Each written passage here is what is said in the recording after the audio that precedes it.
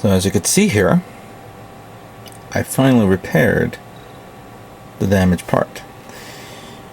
I used this sanding block to sand down the entire cowl, or the back of the head of the Xeku's end, and the point was so smooth that it got rid of all the scar marks that you saw there.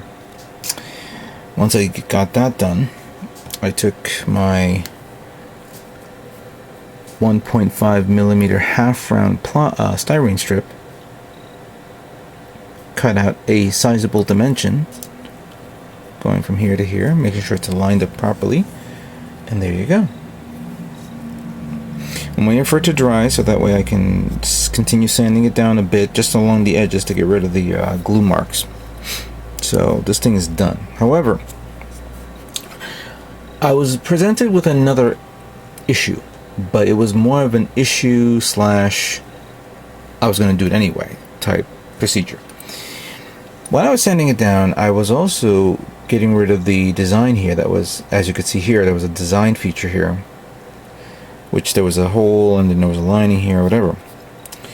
So I said, continue doing this. So I sanded down, it was nice and smooth.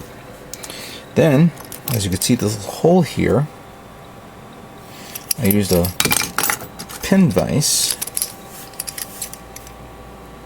to drill the hole, as you can see there.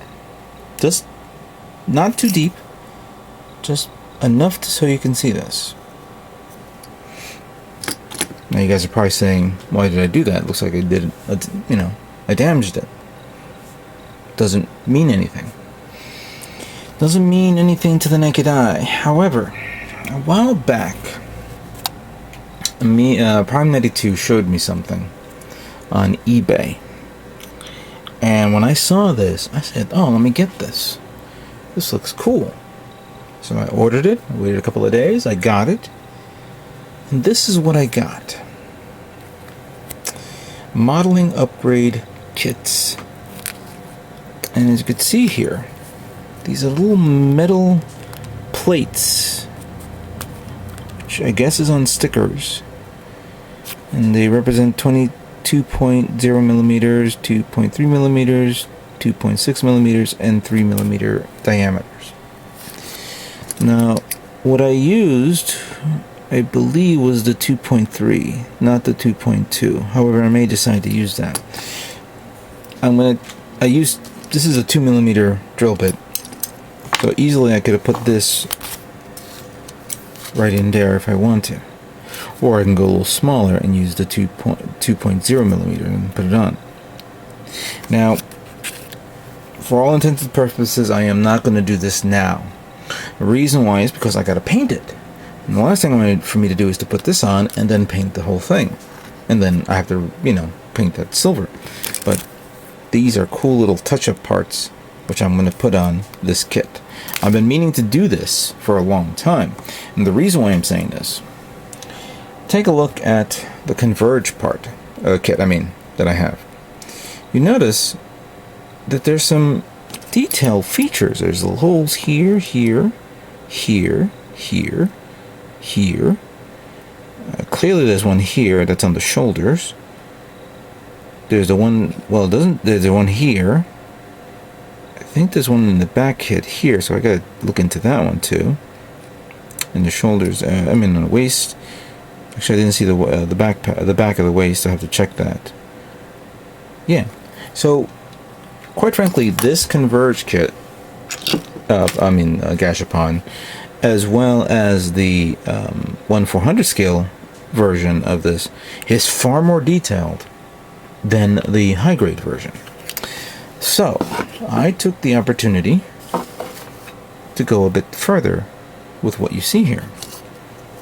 For example, I decided to put a hole here. Looked a little bland. Didn't look like a good idea to put it here. I thought, let me put it here for now. See how it feels. Then I went to the shoulders. Even though this came with one, I drilled it either way and give it a little bit of more depth, so I can then put it on. I gotta pull out the other sanding pad. Didn't need to do anything for the arms. The arms are fine. The legs. I did one here and here, as you see, and I did one here based off this kit. I didn't do the, actually let's do the other side. Let's demonstrate this. So I have like a pretty good keen eye on the actual positioning of this. I could have easily gotten a ruler, get some measuring, but quite frankly,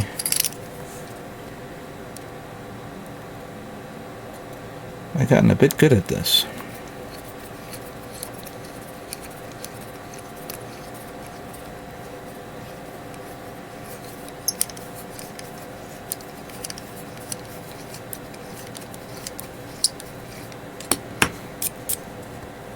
There it is.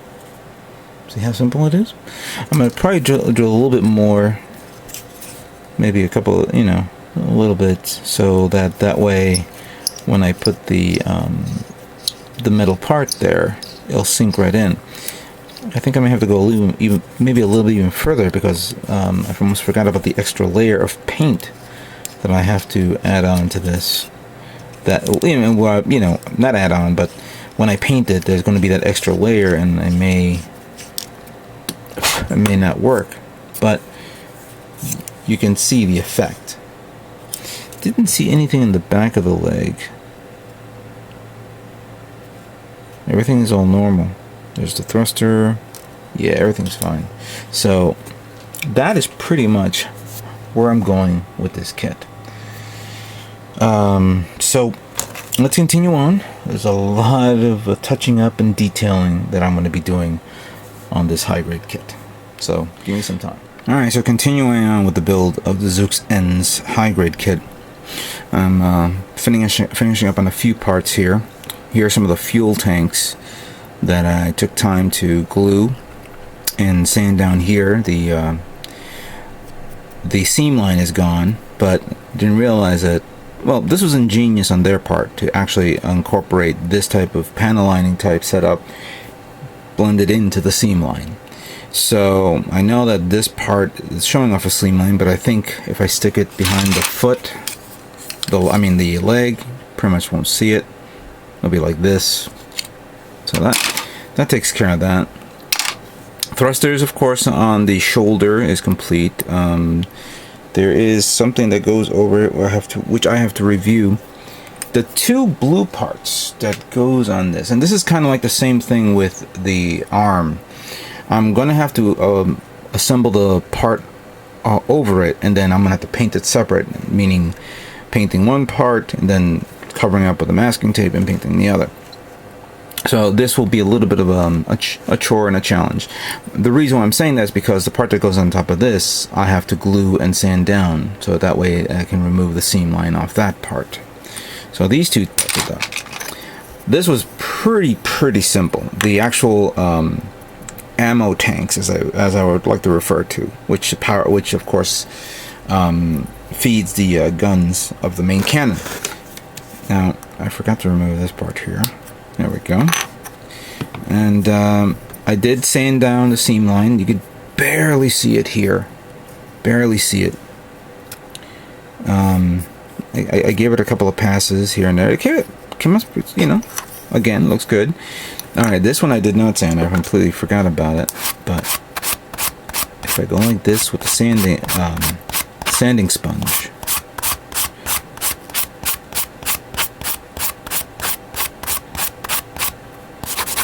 yeah, you're starting to see it's starting to blend in. And then, of course, I applied a thick amount of glue so that way it bleeds out a bit, and then I can even it out.